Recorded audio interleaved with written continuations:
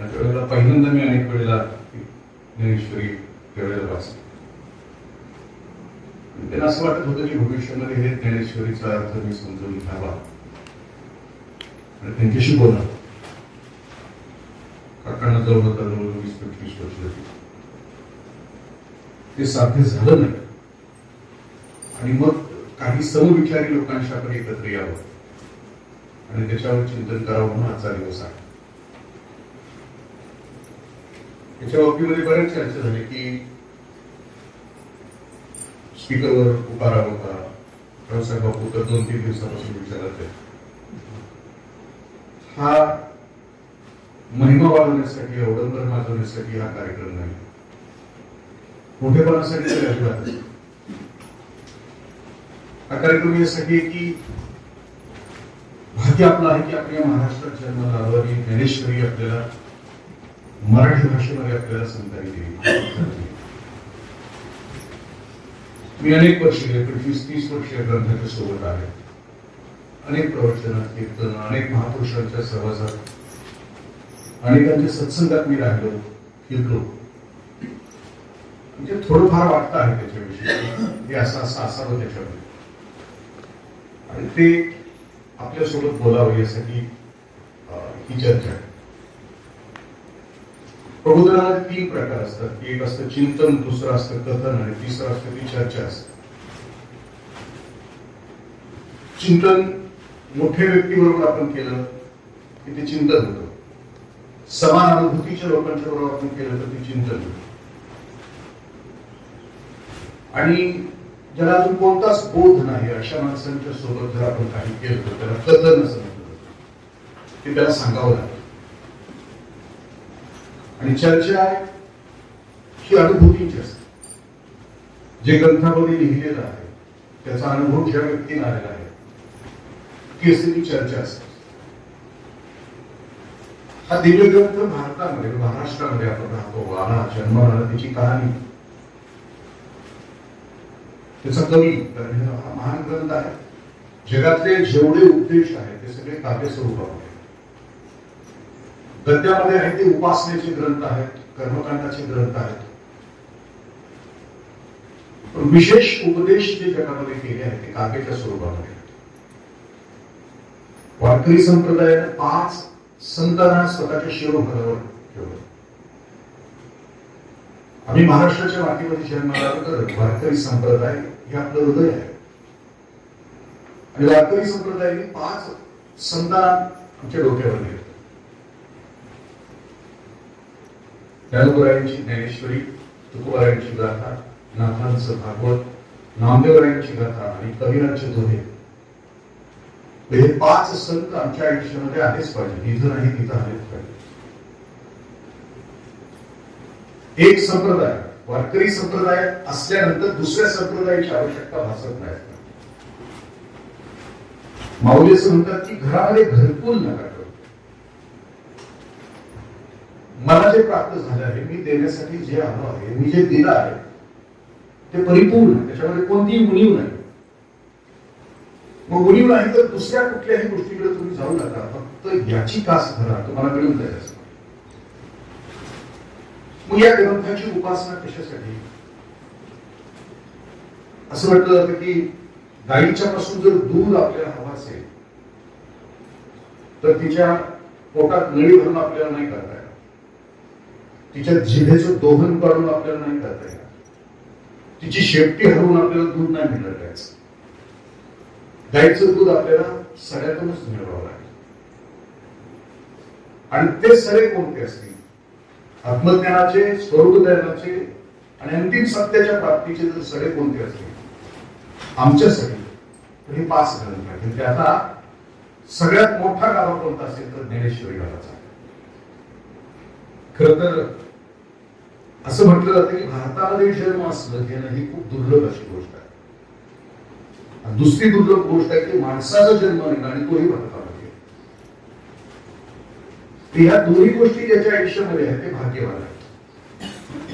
पण याच्यापेक्षा महान भाग्यवान कोण आहे की ज्याच्या आयुष्यामध्ये संतांचा सहवास आला, या सद्ग्रंथांचा सहवास आला, ते सगळ्यात भाग्यवान आहे.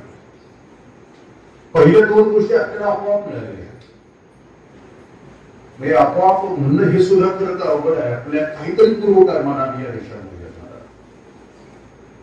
असं म्हटलं होतं की दुर्लभम भारते जन्माला दुर्लभम नरजन्म असं. भारतामध्ये जन्म होणे खूप दुर्लभ आहे.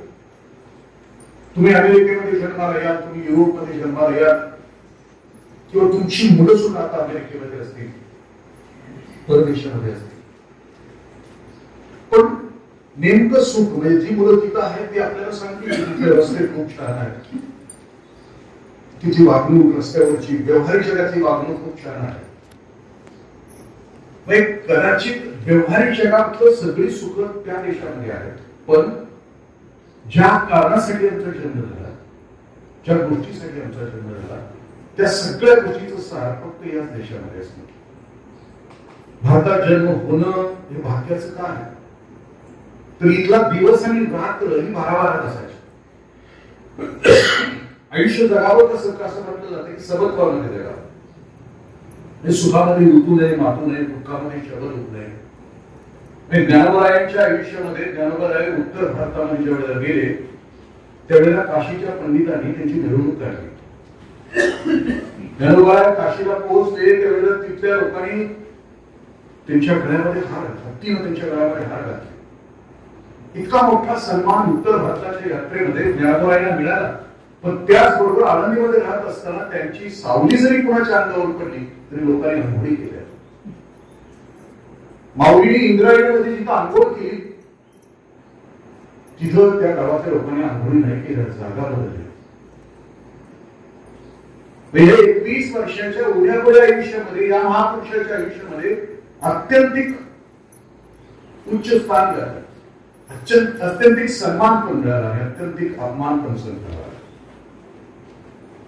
ह्या दोन्ही गोष्टी या महापुरुषाच्या आयुष्यात आल्यानंतर सुद्धा हा महापुरुष स्थिर होता, शांत होता.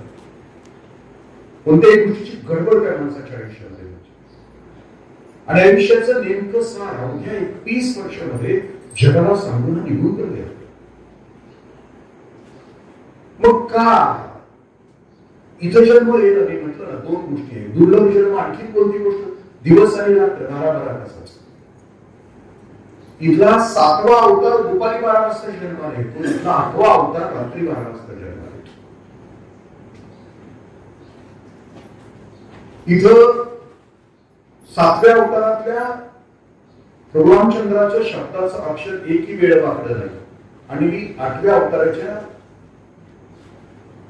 भगवान श्रीकृष्णाच्या शब्दाचा अक्षर एकही सरळ नाही. अवतार या शब्दाचा अर्थ आहे की खाली येऊन आमचं तारण करण्यासाठी जे आहे त्यांना अवतार असं म्हणतात. भारताची भूमी दुर्लभ काय आहे तर उत्तर भारतामध्ये सगळ्या देवांनी जन्म घेतला, अवतारी पुरुषांनी उत्तर भारतामध्ये जन्म घेतला आणि दक्षिण भारतामध्ये संतांनी जन्म घेतला. प्रभू रामचंद्र अयोध्येमध्ये, भगवान श्रीकृष्ण गोकुळामध्ये, हे जे महान अवतार आहेत त्यांनी उत्तर भारतामध्ये जन्म घेतला. आज तुम्ही उत्तरेकडे कुठेही कधी गेला तरी होळी सगळ्यात मोठी, गोकुळाष्टमी सगळ्यात मोठी तिकडे साजरी केली जाते. आणि दक्षिण भारतामध्ये सगळे संत गेले तर दक्षिण भारतामध्ये इतकं त्याच्यामध्ये समत्व सृष्टी नाही, विश्वाच्या कर्त्याला सुद्धा इतकं समत्व राखलंय की उत्तर भारतामध्ये अवतार केले आणि दक्षिण भारतामध्ये संत गेले. माणसाचा विकास चालू आहे आणि जर विकास चालू आहे तर विकास कुठपर्यंत गेला पाहिजे याचं चिंतन भारतीय तत्वज्ञानामध्ये या सगळ्या ग्रंथामध्ये आम्ही ठेवत असतो. आम्ही आमच्या अवतारांचा सुद्धा विचार केला तर अवतार निर्माण झाले, सृष्टीच्या निर्मितीपासून जे जे अवतार झाले ते तसेच सुरू झाले. असं म्हटलं जातं की पहिल्यांदा या पृथ्वी तलावर पृथ्वी निर्माण झाली त्याला करोडो वर्ष. पृथ्वी निर्माण झाली त्याला सुरुवात कशी झाली, ही जी आकाशाची पोकळी आहे त्याच्यामध्ये काही नव्हतं. हम भव्य बहुश्याम असं म्हणतात. या सृष्टी त्या एकाला असं वाटलं काही नव्हतं की खूप जणांना आपण अनेक जण यावं म्हणजे आपलं मन ठरवेल. जसं की लग्नाच्या अगोदर पुरुष एकटाच असतो, लग्न झाल्यानंतर दोघं, नंतर त्याला मुलं बाळ. ज्या वेळेला पुरुष त्याला वाटतं की लग्न करावं, त्यावेळेला त्याची इच्छा होते की भाऊच द्यावं. तसे सृष्टीला सुद्धा वाटलं की आपण रममान व्हायचं आहे तर आपण अनेक गोष्टी जन्माला घालूया, म्हणून मग अनेक आकाशगंगा जन्माला घालल्या. करोडो वर्षानंतर या पृथ्वी तलावर पृथ्वी जशी शांत व्हायला लागली तसं पहिल्यांदा पाणी आलं असं म्हटलं जातं. आणि पाण्यामध्ये पहिल्यांदा जलचर आले तर आपला पहिला अवतार जलचर आणि मत्स्य अवतार असतो. सुरुवात कशी झाली बघा, माणसाचा जन्म होईपर्यंत विकास होत असताना जेवढे जेवढे अवतार आहेत ते अवतार सगळे सुरुवात झाली की त्याप्रमाणे विकास होतो. दुसरा अवतार आहे मास्याला 2 हृदय आहेत. त्यानंतर झाला कूर्म अवतारचा, म्हणजे विकास झाला. पाणी, थोडं पाणी झालं, थोडं जमीन झाली पृथ्वीवर. मग दोन्हीकडे जगू शकेल असा प्राणी कोणा जन्माला आला. मग दुसरा अवतार आमचा कूर्म अवतार आहे. कासव पाण्यात पण राहतो, कासव जमिनीत पण राहतो. तिसरा अवतार आमचा आला वराह, चतुष्पाद प्राण्याचा. चौथा आला नरसिंह अवतार. बरोबर आहे, चुकलं काय मध्ये मंगलाष्टकार पण. नरसिंह अवतारानंतर वामन अवतार. वामन अवतारानंतर परशुरामांचा अवतार. क्रोध नावाचा जन्म घेतो त्यावेळेला परशुराम आणि दुर्वास ऋषी जन्माला येतात असं. पुढं वामन अवतार जन्माला आला. त्यानंतर 7वा अवतार जन्माला. 7वा असं म्हटलं की 8वा असं म्हटलं. प्रभू रामचंद्राप्रमाणे जगावं, 8व्या प्रमाणे जगण्याच्या नादाला लागू नये. प्रभू रामचंद्र दुपारी जन्माला येतात म्हटलं, राजवाड्यात जन्माला येतात आणि अखंड आयुष्यभर वनवासामध्ये राहतात. भगवान श्रीकृष्ण तुरुंगामध्ये जन्माला येतात आणि अखंड आयुष्यभर आपल्या मस्तीमध्ये राहतात.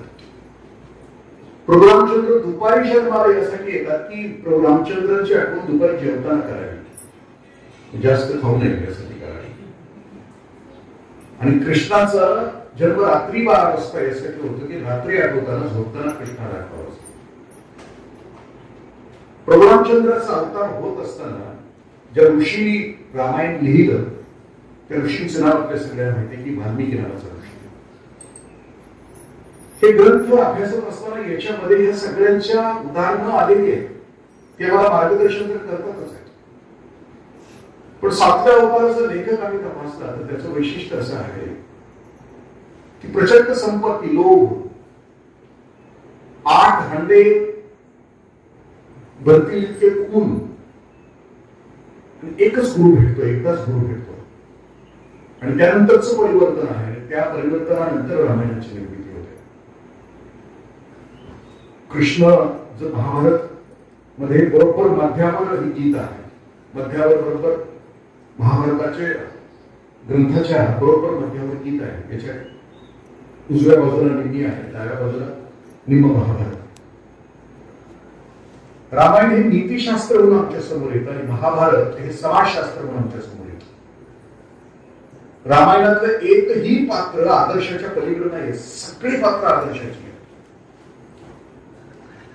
कुठलंच पात्र त्याच्यातलं मर्यादा ओलांडत नाही. संपूर्ण रामायणातलं एकही पात्र मर्यादा ओलांडत नाही. रामायणातला प्रत्येक भाऊ म्हणतो माझं ते पण तुझं आणि तुझं ते पण तुझंच. म्हणून ते नीतिशास्त्र. आणि महाभारत हे समाजशास्त्र. आता आम्ही जगतो ते महाभारतामध्ये सगळेजण जगतो. कारण महाभारतातला प्रत्येक भाऊ म्हणतो माझं ते पण माझं आणि तुझं ते पण माझं. सगळ्यांचाच अनुभव असल्यामुळे चेहरे सगळ्यांचेच टवटवीत झाले माझ्या सहित. मग हा उत्तर भारतामध्ये अवतार जन्माला आले आणि दक्षिण भारतामध्ये संत जन्माला आले. ही जीवन कशासाठी आहे, का, कोणत्या कारणासाठी आहे? मलाही माझ्या आयुष्यामध्ये एकेकाळी असं वाटत होतं की जीवन म्हणजे खा प्या आणि मजा करा, ईट ड्रिंक एंड गे हॅपी येथील मागे मोड. हे जीवन याच्यासाठी आहे असं वाटत राहायचं. पण ज्या क्षणाला अपघात जर झाला नसता माझ्या आयुष्यामध्ये तर कदाचित जीवन जे गटार असतं त्यासारखंच झालं असतं. एका अपघाताला ज्ञानेश्वरी हातामध्ये आली काय, नंतर ठरलं की नाही 3.5 हाताचा देह काही काळासाठी आपल्या सोबत आहे आणि या 3.5 हाताच्या या देहानं काहीतरी विलक्षण जगून आपल्याला काहीतरी करून जायचं आहे हा ध्यास घेतला. मग काहीतरी करायचं आहे याचा शोध घेताना कशात मिळेल काहीतरी करण्याचं ज्ञान याचा शोध सुरू झाला. आणि मग लक्षात आलं की ज्ञानेश्वरी वाचल्यानंतर या संत सत्पुरुषांची चरित्र वाचल्यानंतर जीवनाचा अर्थ काय असावा याच्याविषयीच थोडं थोडंसं आलं. मग याला खूप लवकर समजलं होतं की हा जीवन कशासाठी. जसं मी माऊलीनं म्हटलं की माऊलीनं कशासाठी जन्म घेतला त्यांना नक्की कळालेलं होतं. ज्याच्या आयुष्यामध्ये या जीवनाचं करायचं काय हा प्रश्न निर्माण होतो त्याचा शोध सुरू होतो. ज्याला कधी प्रश्नच पडत नाही या जगण्याचं करायचं काय, आला दिवस ढकलला दिवस संपला दिवस त्याच्यासाठी हे जगण्याचं मोल त्याला कळत. पण ज्याला जगण्याचं मोल समजून घ्यायचं आहे त्याच्यासाठी दुसरा कोणताच पर्याय नाही. महाभारतात मी बऱ्याच वेळेला माझ्या प्रवचनामध्ये यक्ष आणि धर्मराजामध्ये प्रश्नोत्तराचं 3-4 प्रश्न मी आपल्याशी शेअर केले होते. तो यक्ष प्रश्न विचारतो की माणसाच्या आयुष्यातलं सगळ्यात मोठं आश्चर्य कोणतं. धर्मराज त्याला उत्तर असं देतो की माणूस नावाचा प्राणी या पृथ्वी तलावर त्याच्या भोवती मृत्यू थैमान घडत असताना प्रतिक्षण तो मृत्यू होतो आहे. पिकलेलं पान गळून पडत आहे, पिकलेलं फळ गळून पडत आहे. अनेक माणसं अनेक जीव जंतू त्याच्या भोवती तो मरताना बघतो आहे तरी तो असं जगतो आहे की जणू मी मरणारच नाही असं तो जगतो आहे. हे जगातलं सगळ्यात मोठं आश्चर्य असतं. आपण बघा ना आपलं जगणं किती मरणारच नाही असं असतं. आपल्या चालण्यात सुद्धा किती घमेंड असते. आपल्या बसण्यात आपल्या उठण्यात आपल्या बोलण्यात सुद्धा त्याची घमेंड असते. जणू मरणारच नाही घमेंड असते. तो दुसरा प्रश्न विचारतो की मग जर तुला हे अशाश्वत आहे तुझं वाटतं कारण जीवनाविषयी 2 गोष्टी सत्य आहे की जीवन असुरक्षित आहे. ह्या कुठलं संरक्षण नाही. कोणत्या क्षणाला कोणाच्या आयुष्यामध्ये काय घडेल तरी सांगता येत. मासी पंख पाकळीये ऐसे सर्व मृत्यूचं आमंत्रण. मासीचे पंख जसे हलतात त्या क्षणाला तो कोणत्या क्षणाला घेऊन जाईल ते सांगता येत नाही. इतकं असुरक्षित जीवन. आणि दुसरी गोष्ट की पुढच्या क्षणाला माझ्या आयुष्यामध्ये काय घडणार आहे की कुणालाच ठरवता येत नाही सांगता येत नाही. इतकं असुरक्षित आणि इतकं संदर्भहीन आयुष्य. आणि तरीही आम्ही जगतच राहतो. सकाळी उठल्यापासून आपण बघत राहतो की मुंगी चालतेच आहे, पशुपक्षी जगतातच आहे, त्यांच्या आयुष्याला कोणतंच ध्येय नाही. पण माणूस हा निसर्गाच्या फॅक्टरीतलं जर शेवटचं मॉडेल असेल, याच्यानंतर नवीन मॉडेल तयारच केलेलं नसेल तर याला काहीतरी वेगळं करून दिलेलं आहे. म्हणजे ज्यावेळेला परमेश्वराची आम्ही अनुभूती घेतो, अनुभूती का घ्यावी कशी घ्यावी याचे चिंतन काही ओव्यामध्ये पुढे येणारच आहे. पण ह्या परमेश्वराची अनुभूती येण्यासाठी काय करावं, कुणाला विचारावं, यक्षाचा दुसरा प्रश्न आहे की क दिक. माणसानं जीवनाचा अनुभव घेण्यासाठी कोणत्या दिशेनं जावं. धर्मराज उत्तर देतो की संतो दिक. संत त्या दिशेने गेलं त्यांच्याच मार्गावरून जावं. क पंथा कोणत्या मार्गाने जावं. महाजनो गताचं पंथा महापुरुष गेले त्यांच्या मार्गाने जावं. मग आता आपल्या सोबत तरी आता तरी आपल्याला मार्गदर्शन करणारे, त्या ताकदीचं मार्गदर्शन करणारे, अनुभूती नंतर काही देणारे संत आता आपल्या सोबत नाही. असते काय पण ज्यांना हा अनुभव आला, अंतिम सत्याचा अनुभव आला, मग त्यांना भेटायचं कुठं त्या संतांना. तर त्यांचं वाङ्मयिक स्वरूप जर कोणतं असेल तर त्यांनी अनुभवानंतर आम्हाला मार्गदर्शन लिहून ठेवलेले त्यांचे ग्रंथ आहेत. गाथा वाचा. असं म्हटलं जातं की परमेश्वराच्या प्राप्तीचे नव्हे, जगातल्या सगळ्या व्यवहारामध्ये यशस्वी होण्यासाठी गाथेमध्ये नाही असं काहीच नाही. परमेश्वराच्या अनुभूतीचा सगळा अनुभव देणारं ज्ञानेश्वरीमध्ये नाही असं काहीच नाही. जर संत आमच्या सोबत नाही तर आम्हाला त्यांना शोधावं लागेल. त्यांच्या मार्गावर जायचं असेल तर कोणाकडे जावं लागेल तर आम्हाला त्यांच्या ग्रंथासोबत जावं लागेल. जर त्या मार्गावर जायचं असेल तर त्यांची पहिली गोष्ट कोणती आहे. तैसा श्री गुरु प्रसन्न होय, शिष्य विद्या ही कील आहे, परिते फळे संप्रदाय उपासी. संतांना जो अनुभव आला, उच्चतम अनुभूती आली. तुमची माझी अनुभूती कोणती. आपल्या सर्वसामान्य माणसाची अनुभूती कोणती? श्रावणातल्या आदल्या अमावस्येला जे खाल्लं त्याची अनुभूती, किती चर्चा त्याची. यात्रेच्या निमित्तानं पोळ्याच्या नंतर दुसऱ्या दिवशी केलं त्याची अनुभूती. आमच्या अनुभूती ह्या अत्यंत क्षुद्र अनुभूती, आमच्या जगण्याच्या अनुभूती आहेत ना त्या अत्यंत क्षुद्र अनुभूती, म्हणजे क्षणकालाच्या आहेत, तत्कालीन नाही. आणि त्या जनावरांनी घेतलेल्या अनुभूती, त्या माणसाच्या अनुभूती नाही. संतांच्या मार्गावर का चालायचं तर आपल्या जीवनाची अनुभूती ही उच्च दर्जाची असली पाहिजे, जगण्याची गुणवत्ता असली पाहिजे. जगात जे संत जे महान पुरुष होऊन गेले त्यांची जगण्याची अनुभूती होती किती उच्चतम होती, किती ताकदीची होती. म्हणजे संत चरित्र वाचत असताना हा माऊलींचं हे ज्ञानेश्वरी जन्माला यायच्या अगोदर बहीण म्हणजे मुक्ताई आणि दोघांचा संवाद आहे. 11 अभंग आहेत ताटीचे, त्याच्या एका अभंगाविषयी आज थोडा आपण बोलणार आहोत. पण ह्या अभंग ह्या सगळ्या गोष्टीची निर्मिती होत असताना ज्ञानेश्वरी या ग्रंथाचं मोल काय, आपण सुरुवात या ग्रंथाला करणार आहोत. त्या ग्रंथाचं सगळ्यात मोठं वैशिष्ट्य कोणतं असेल, 1-2 प्रसंग आपल्यासमोर मी ठेवण्याचा प्रयत्न करतो. माऊलींच्या चरित्रामध्ये पैठणला ही 4 भावंड पोहोचली होती. या चरित्रामध्ये एक घटना याच्या अगोदर घडलेली आहे की या दोघांना पैठणच्या धर्ममार्तंडाने बोलवलेलं आहे. का बोलवलेलं आहे तर ही 4 लेकर संन्यास घेतल्यानंतर विठ्ठल पंतांच्या पोटी जन्माला आलेली आहेत. पूर्वीच्या धर्मशास्त्रानुसार आचरणानुसार लग्न केलं, संन्यास घेतला आणि संन्यास घेऊन पुन्हा संसारामध्ये आला आणि ती जर मुलं झाली तर त्या मुलांना समाज शिवून घेत नव्हता, त्यांना समाजामध्ये आत घेतलं जात नव्हतं, त्यांना समाजाचा तो मान सन्मान दिला जात नव्हता, त्यांना तुच्छतेची वागणूक दिली जात होती, अस्पृश्यतेची वागणूक दिली जात होती. तीच वागणूक या 4 लेकरांना लहानपणापासून मिळत होती. या आई वडिलांचं मन खात होतं. ते चरित्र नंतर आपण ज्ञानेश्वरीच्या सुरुवातीचा विचार करत आहोत. मन खात होतं की आमच्या लेकरांना घ्यावं, समाजात घ्यावं, त्यांच्या वाटणीचा मान सन्मान द्यावा, त्याला नित्य समाजात ज्या रीतीभाती आहेत त्या रीतीभातीमध्ये ते जगता यावं अशी त्या आईवडिलांची तडफड होती. कुठल्याही आईवडिलाला वाटत असतं की माझ्या मुलाला समाजामध्ये सन्मानाने जगता यावं. पण ह्या 4 लेकरांच्या वाट्याला सन्मानाने जगता येत नव्हतं. हा प्रश्न त्यावेळेला इतका धर्ममार्तंडांचा प्रभाव समाजामध्ये होता.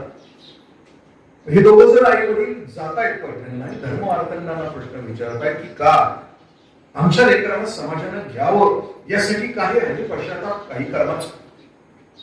म्हणजे माणसाचं कर्म केल्यानंतर कर्म 3 प्रकारे भोगावं लागतं. एक तर पश्चाताप, वाईट कर्म असेल तर पश्चाताप,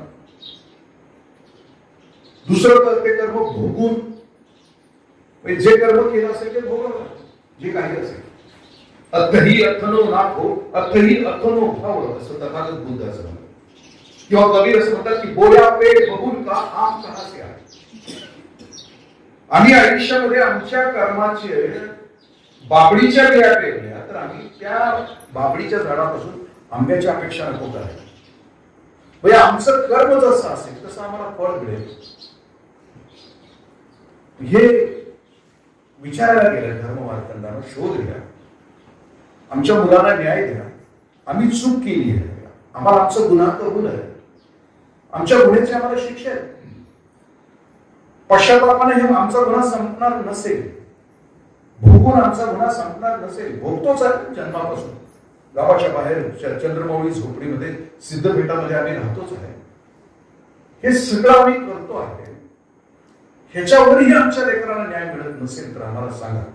आणि म्हणून धर्ममार्तंडांच्या समोर गेले आणि धर्ममार्तंडांनी शिक्षा या लोकांना दिली की तुम्ही दोघं म्हणा, तुम्ही आईवडील मृत्यूदंडाचं प्रायश्चित्त त्याला नाही, तुम्हाला मृत्यू स्वीकारावा लागेल. तुम्हाला तुमची लेकरं पुन्हा समाजामध्ये सन्मानाने जगावी असं वाटत असेल तर तुम्हाला शिक्षा एकच. धर्ममार्तंडाने त्यावर शिक्षा दिली की बस सजाए मौत. आणि मग त्या दोघांनी, म्हणजे मला ह्या आईवडिलांचं वैशिष्ट्य असं वाटतं की माझी मुलं, आमची मुलं भविष्यामध्ये सन्मानाला जगता यावी यासाठी मृत्यूदंडाची शिक्षा सुद्धा यांनी सुरू केली आहे.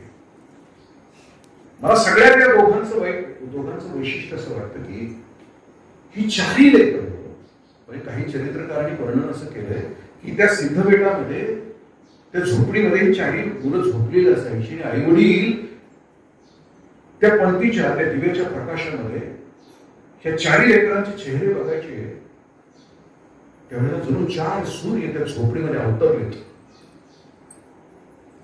इतकी चांगली लेकरं, म्हणजे प्रश्नच नाही. तुमच्या माझ्या पोटी आलेली, जन्माला आलेली लेकरं बघा आपल्या गावात, आपली डॉल्बीवर नाचणारी बघा, येड्यासारखी फिरणारी बघा. म्हणजे आपल्या लेकरांच्याकडे बघितलं आणि ह्या लेकरांच्याकडे बघितलं, यांची गुणवत्ता बघितली, यांच्या आतला प्रकाश बघितला, यांच्या जगण्यातलं वैशिष्ट्य बघितलं आणि आपल्या लेकरांच्याकडे बघितलं की आपल्या लक्षात येतं किती फरक आहे. अशी दिव्य लेकरं, चार सूर्य घरामध्ये आहेत आणि या चार सूर्याला सोडून निघून जायचं आहे. 11, 9, 7, 5 वय आहे लेकरांचं. इतक्या कमी वयामध्ये या लेकरांना सोडून जायचं. केवढी ताकद असेल या दोघांची. म्हणजे ह्या लेकरांना ह्या अनाथावस्थेमध्ये सोडून गेल्यानंतर कदाचित समाज त्यांना नाथ होईल, समाज नाथ होईल त्यांचा, समाजामध्ये ती सुख मिळतील आणि म्हणून आम्ही अनाथ, आम्ही गेलो तरी चालेल, आम्ही सटलो तरी चालेल. हे दिल्यानंतर मग शिक्षा भोगून झाल्यानंतर त्या चारही लेकरांच्या मनामध्ये खदखद आहे की ज्यांनी शिक्षा दिली, ज्या पीठाने शिक्षा दिली त्याच पीठाला जाऊन एकदा सांगायचं. मग तो प्रसंग आपल्याला माहिती आहे की त्या पैठण नगरीमध्ये रेड्यामुखी बेद बदनीला आहे, जय जयकार झाला त्या दिवशी. तो चमत्कार झाला आणि जय जयकार झाला असतो. आणि त्या जय जयकारानंतर पुण्याच्या वेळेला चरित्रीय आणखी ओघर त्या प्रसंगाचं एक चिंतन आपण करू. पण जय जयकार झाल्यानंतर ही चौक भावंड तिथून निघाली पैठण मधून. म्हणून पैठणला कधी गेला असेल तर बघा, नाथ महाराजांची समाधी आहे गोदावरीच्या काठी आणि गावामधून त्यांची मिरवणूक निघाली आहे. जय जयकार केला आहे या चौघांचा. या चौघांच्यासाठी गोदावरी नदी पहिलं तीर, गोदावरीच्या पहिल्या तीराला जाण्यासाठी गावातल्या लोकांनी बैलगाडी झोपली आहे. बैलगाडीमध्ये हे चारही लेकरं बसली आहेत. बैलांचे दोर निवृत्तीनाथ महाराजांनी हातात पकडले. मध्ये सोपान काका आणि मुक्ताई बसले आहेत. पाठीमागच्या बाजूला माऊली आहेत. जयघोष होतो आहे. मिरवणूक पैठणच्या ऐलतीरावरून अख्खी पैठण नगरी ह्या चारही महाराजांना निरोप देते आहे. आणि आता या बैलगाडीतून नदी पार करत हे चौघजण पहिल्या तीराला येत आहेत. पहिल्या तीराला आल्यानंतर अस्वस्थ आहेत, माऊली अस्वस्थ आहेत. आई वडिलांना न्याय मिळवून दिला, त्यांच्या माथावरचा कलंक पुसला, स्वतःच्या आयुष्याची सिद्धता करून दिली, आम्ही आहोत. आणि ही सिद्धता करून दिल्यानंतर आता मूर्त काय आयुष्यामध्ये राहिलं काय त्यांच्या आयुष्यात? स्वतः तर चारी सूर्यच होते, स्वतः तर चारी ज्ञानीच होते. ते चारी लेकर ज्ञान म्हणूनच जन्माला आले. त्यांना साधना नाही करावं लागेल, आपल्यासारखं हरिनाम नाही घ्यावं लागेल, जन्मताच ज्ञानी. तैसी दशेची वाट न पाहता, वैसेची या गावानं जाता, बालपणी सर्वज्ञता तरी झयाते. असं माऊली 42व्या श्लोकाला 6व्या अध्यायामध्ये दिली होती. पण काही तर तत्वचिंतक असं म्हणतात की नाही, दशा वय अवस्था याच्याही पलीकडे ही चारीचे चारी लेकर होती, त्याच्याही पलीकडची दैनिक मानले करत. आणि पहिल्या तीराला आल्यानंतर माऊली गाडीतून खाली उतरत आहे, दूर पळत सुटतात त्या नदीच्या बाजूला. निवृत्तीनाथांच्या लक्षात येते की लेकरू निघालाय, धाकटा निघालाय पळत. आणि मग पळत पळत पळत त्याच्या पाठीमागं ही तिघही भावंड निघतायत. माऊली एका दगडावर जाऊन बसतायत. गोदावरी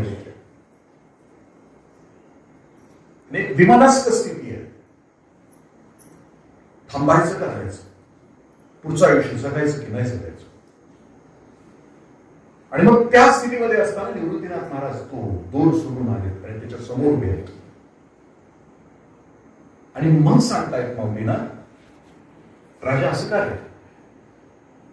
माऊली म्हणतायत की दादा आता काय करायचं, थांबायचं कशाला, काय कारणच काय, संपलं आपलं काय संपलं. मग ज्ञानेश्वरीचा उगम होतो तर इथं निवृत्तीनाथांच्या इथल्या काउन्सिलिंग इथल्या माऊली निवृत्तीनाथांच्या मार्गदर्शनाने होतो. आणि त्याच्या अगोदरच जे आहे ते टाकीच्या वेळेचा, हे दोन गोष्टी आहेत ना या ज्ञानेश्वरीला कारणीभूत आहे असं म्हटलं.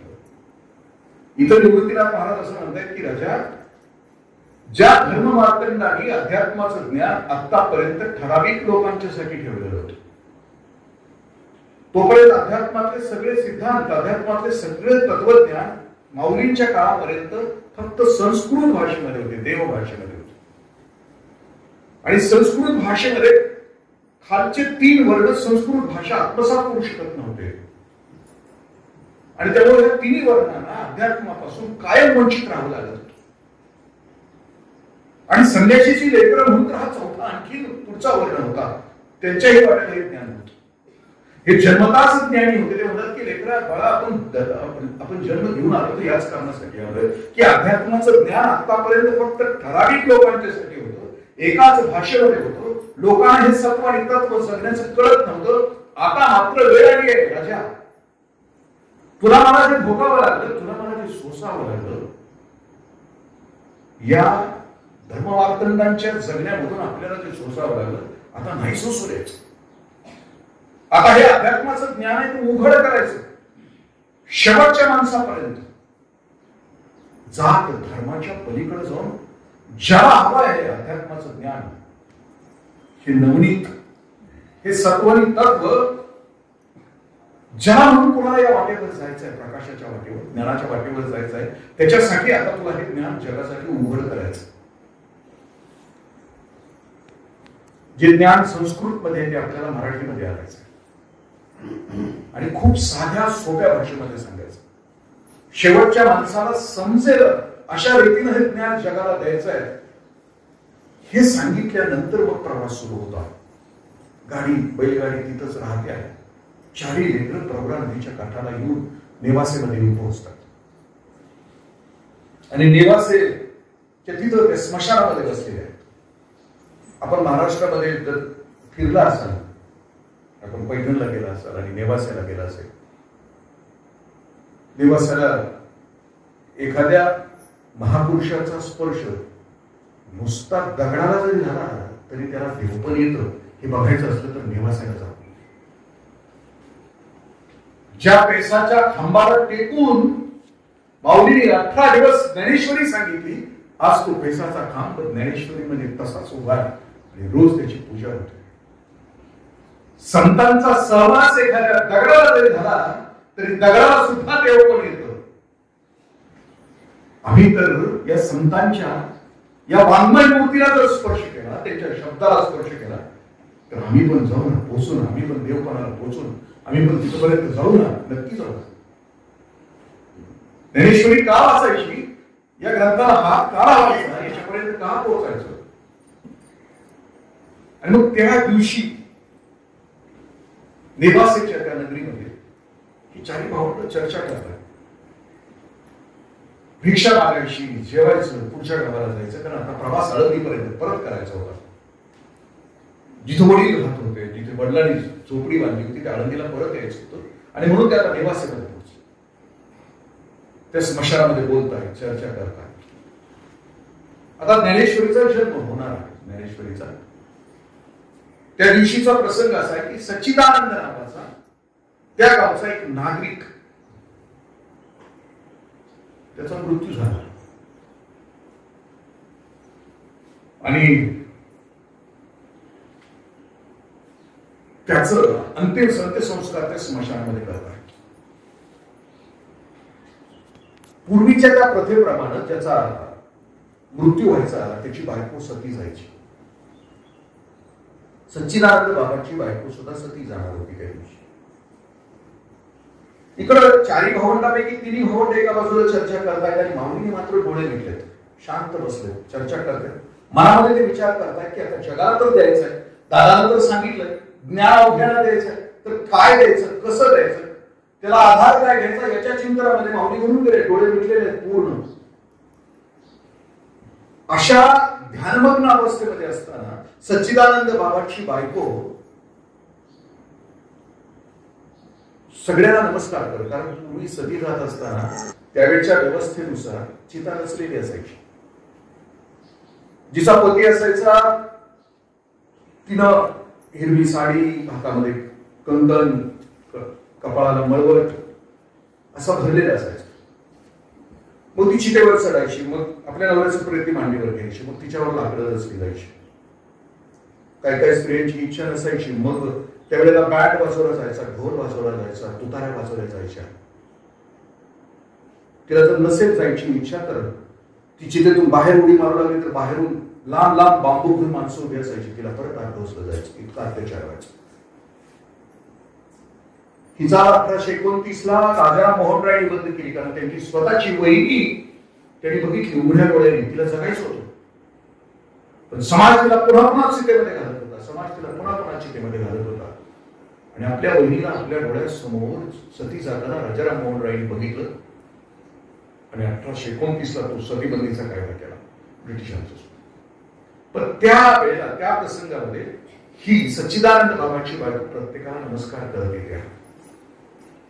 आणि नमस्कार करत येत असताना माऊलींच्या समोर ती येते आणि माऊलीला नमस्कार करते. नमस्कार केल्यावर तिच्या हातातल्या या भांगड्यांचा आवाज येतो आहे आणि आवाज आल्याबरोबर माऊली तिला आशीर्वाद देतात, सौभाग्यवती भव. जगात संत किंबहुना जेवढे पोहोचलेले आहेत ते पूर्ण क्षमाशील आहेत. कधीही संतांना ओळखण्याची खूण कुठली, त्यानं मारलं, झोडलं, शिव्या दिल्या तरी ज्याच्या मुखातून फक्त आशीर्वाद बाहेर पडतात, फक्त शुभंकर शब्द बाहेर पडतात, फक्त कल्याणाचे शब्द बाहेर पडतात, समजून झाल्याच की संतत्वाला पोहोचला. मी हे बोलत असताना माझा अर्धवटपणा माझ्या लक्षात येतो आहे. पण सगळे संत इतके क्षमाशील आहेत, मी आता सांगितलं पूर्ण क्षमा. म्हणून म्हटलं यांच्या आयुष्याची उंची आपण त्या क्षमेपर्यंत पोहोचणं, आपण त्या दिव्यत्वापर्यंत पोहोचणं, आमचा प्रवास तिथपर्यंत पोहोचणं, यासाठीच या सद्ग्रंथाची निर्मिती. कुठलाही संत तुम्ही बघा ना, आपल्या बाबतीमध्ये जर असं घडलं, मी बऱ्याच वेळेला उदाहरण देत असतोय की आम्ही जरा जरी मनाविरुद्ध घडलं तरी शिव्या शाप देत असतो. साधी तपकिरीची डबी नातवानं जरी नेली तरी सगळ्या शिव्या सुरू होतात. आपल्याच नातवानं आपलीच तपकिरीची डबी बरोबर तलप यायच्या वेळेला जर पळवून नेली तर किती शिव्या शाप देतो. पण संत कायम आशीर्वाद, कायम शुभंकर. तिच्या गळ्यातून हुंका बाहेर पडला, ती कसं काय शक्य आहे? नवरात्र सुरू आहे का? मला तर आता जायचं आहे तिथे. माऊलींच्या लक्षात आलं की कोण काय. माऊली उठले म्हणजे नाव काय, नाव सांगण्यात आलं. माऊली चालत गेल्या, पायाशी उभे राहिले आणि त्यांनी हाक मारली. ज्या शरीरातून प्राण निघून गेलाय त्याला ऐकू गेलं असेल, हे घडलं असेल. अनेक गोष्टी आपल्या मनामध्ये येतात की बऱ्याच वेळेला आम्हाला अंधश्रद्धा वाटते, खोटं वाटतं. तुकोबरायांच्या आयुष्यामध्ये सुद्धा एक प्रसंग असा आहे, काय दिव्यत्व असते याला फारच्या. अवघ विश्व ज्यांच्या हृदयामध्ये आहे, अवघ्या विश्वाचा अर्थ ज्यांच्या हृदयामध्ये आहे, त्या 3.5 हातामध्ये ते काही करू शकतात.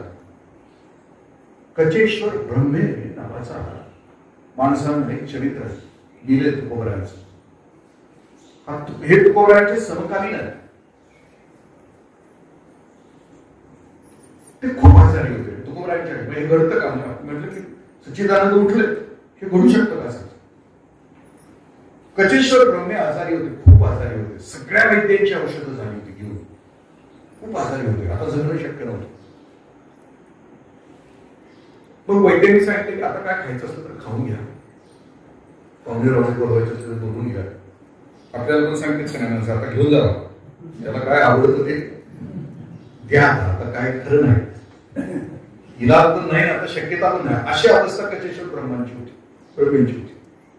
ते लिहिलं ना त्यांच्या चरित्रामध्ये. परवा दिवशी ते वाचताना ऐकताना अंगावर काटा आला. पण यांना मात्र त्यावेळेला उपरती आली. ते म्हटले की आता जेवढे संत आहेत आपल्या आजूबाजूला त्या संतांना भेटायला जायचं.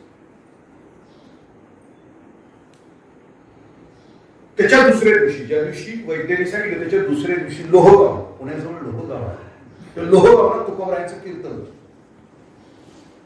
त्या कीर्तनामध्ये कचेश्वर ब्रह्मे पोहोचले आणि बरोबर नेमकी जागा लवकर गेल्यामुळे तुकोबरायांच्या पायाजवळ मिळाली. मी त्या प्रसंगाचं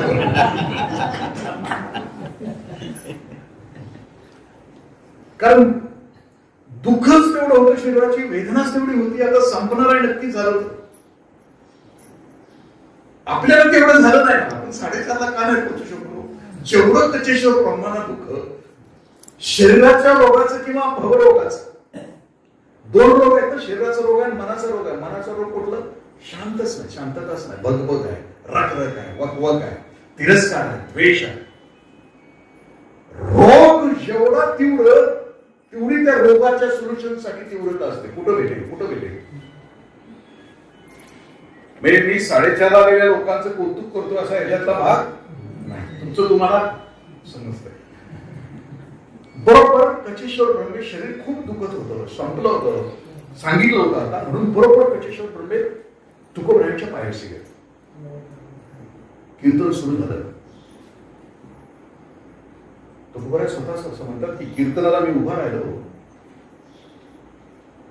की ब्रह्म माझ्यामध्ये.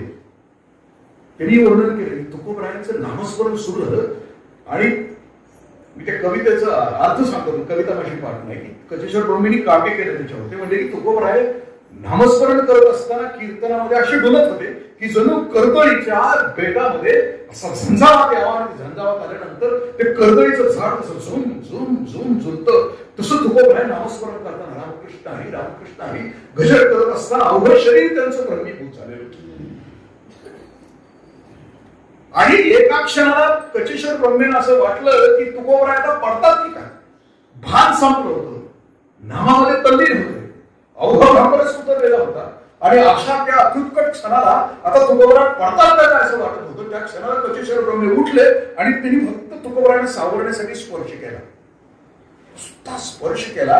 कचेश्वर ब्रह्मे लिहितात की माझा सगळा रोग संपला, नुसत्या संतांच्या स्पर्शाने माझा रोग संपला.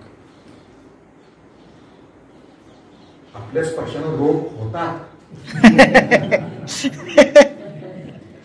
कोरोनात आपल्याला रोग आहे, म्हणूनच आपल्याला कोणाला स्पर्श करावा लागतो. म्हणून सांगितलं होतं नाकाला सुद्धा नुसत्या आपल्या स्पर्शाला जाऊ द्या, श्वासाला सुद्धा आपण लोक मारून टाकतो. किती आपली घसरण किती झाली आपल्या आपण तपासाची. ज्या वेळेला संत चरित्र आणि संतांनी दिलेलं दान आम्ही आमच्यासाठी करतो, त्यावेळेला लक्षात येतं की काय संत चरित्राकडे जायचं. ते असं म्हणतायत की उठ सच्चिदानंद, उठ. सच्चिदानंद उठतो आहे, तो समोर आहे तर माऊली. असा चेहरा सच्चिदानंदाने बघितला नव्हता. संतांच्या चेहऱ्याचं वर्णन असं केलं की ते चालते ज्ञानाचे बिंब, तयाचे अवयव ते सुखाचे कोंब, येर माणूस पण ते धाम. माऊलीनीच वर्णन केलं. म्हणजे संतांचा चेहरा अत्यंत टवटवीत, अत्यंत प्रसन्न, अत्यंत सुखी, अत्यंत शांत. कोणताही चेहरा बघा संतांचा, चित्रामध्ये बघा, कुठे बघा, चेहऱ्यावर कायम स्माईल. आपल्या चेहऱ्यावर कायम दुष्काळ, अवकाळा, 12 वाजलेले, कायम 12 वाजलेले आपले चेहरे, कधी पण करावं. माऊलींच्या चेहऱ्याकडे बघितलं की लक्षात आलं की अरे हा हेच. विवेकानंदांच्या आयुष्यामध्ये मार्गारेट नोबल भगिनी निवेदिता खूप तत्वज्ञानाचा अभ्यास केला होता या विदुषीनं. आणि एक दिवशी विवेकानंदांचं भाषण तिनं ऐकलं आणि लक्षात आलं की हाच माझा गुरु. ख्रिश्चन तत्वज्ञान, सगळ्यांची तत्वज्ञान तिनं वाचवली. देकांत, त्या काळात जेवढे तत्वज्ञ होते सगळ्यांची वाचलेली मी खूप शिकलेली होती, खूप तत्वज्ञानी होती. पण जसं स्वामीजींना बघितलं, स्वामीजींच्या मुखातून बाहेर पडणारं तत्वज्ञान तिनं बघितलं आणि तिच्या लक्षात आलं की हाच माझा गुरु. आणि ती देश 7 समुद्र पार करून ती भारतामध्ये आली. तिनं शेवटचा श्वास भारतामध्ये घेतला. तसं त्या सच्चिदानंद बाबाला लक्षात आलं की हेच जे आयुष्यात सापडायला पाहिजे होतं ते आता सापडलंय आणि आता इथून पुढचं आयुष्य याच महापुरुषाच्या सहवासात घालवायचं. आणि म्हणून सुरू झालं त्या दिवशीपासून धर्म संकीर्तन सुरू झालं. ते धर्म संकीर्तन त्या पेसाच्या खांबाला टेकून नेवासे नगरीमध्ये रोज गीता अलंकार नाम ज्ञानेश्वरी या 18 दिवसाची प्रवचन मालिका ज्ञानेश्वरी नावाच्या ग्रंथामध्ये, या ग्रंथामध्ये ग्रंथित करण्यात आलेली आहे. आपला हा पहिला भाग होता. बरोबर 6 वाजलेले आहे ठरलेल्या वेळात. तर मी तुम्हाला सांगतो वेळ, तर मी सुद्धा वेळ पाळायला हवी. तर 6 ते 6:10 आपण फक्त आरती होईल. अनेक चर्चा ह्याच्यात झाले की नंतर जेवण करूया. कोणी म्हणलं प्रसाद देतो, आम्ही प्रसाद देतो. म्हणलं ते जेवण केलं की ह्याच्यापेक्षा तिकडच मोरकुंडी पडत. मेन प्रसाद राहील 5ला. मग तिकडे लक्ष न देता आपण दर 15 दिवसाला आपण पुढच्या 2nd सॅटरडे आणि 4th सॅटरडे, काही अधिकारी आणि बऱ्याच जणांनी सांगितले की सुट्टीचं ठेवा, पण आपण 2nd सॅटरडे आणि 4th सॅटरडेला, आमची बायको म्हणत होती एकादशीला ठेवूया. पण म्हटलं की आता एकादशीला ठेवायचं तर काही जण पंढरपूरला जातात. काही जणांना जर नोकरीला आहे त्याला येणं मुश्किल होईल. म्हणून मग आम्ही कॉम्प्रोमाइज केलं दोघांनी पण, कारण एखाद्या एकादशीला कोणाला येता येणार नाही. म्हणून मग आम्ही 2nd Friday, 2nd Saturday, 4th Saturday असं हे ठरवलं. ह्याच्यात काय आता सूचना असतील तर तुमच्या सांगा. आणि हा कार्यक्रम चालू ठेवायचा का? तुम्ही हाय तेवढा तरी माल येणार काय?